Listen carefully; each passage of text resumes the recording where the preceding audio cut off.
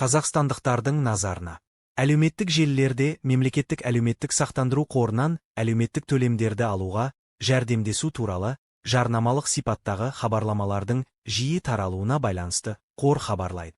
Қордан әлеуметтік төлемдерді алу тәртібі әлеуметтік кодекспен және Қазақстан Республикасы еңбек және халықты әлеуметтік қорғау министрлігі қабылдаған заңға тәуелді нормативтік құқықтық актілермен реттеледі. Әлеуметтік төлемдердің мақсаты әлеуметтік тәуекел туындаған жағдайда жоғалған табыстың бөлігін өтеу екенін түсіну қажет.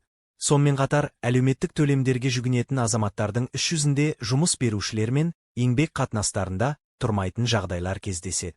Бұл тиісті салдарға, соның ішінде қылмыстық құқықтық жауапкершілікке әкелуі мүмкін. Мәселен, 2025 жылы еліміздің 5 өңірінде анықталған алаяқтық фактілері бойынша 7 сот шешімі шығарылды.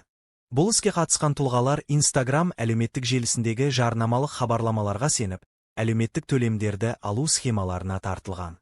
Осыған байланысты қор ұсынады. Ақпаратты тек ресми дереккөздерден алыңыз. Әлеуметтік желілердегі бейтаныс адамдарға және кездейсоқ көмекшілерге сенбеңіз. Жеке деректеріңізді, соның ішінде жеке электрондық цифрлық қолтаңбаңыздың кілттерін үшінші тұлғаларға бермеңіз. Қажетті ақпаратты 1414 байланыс орталығы арқылы нақтылаңыз.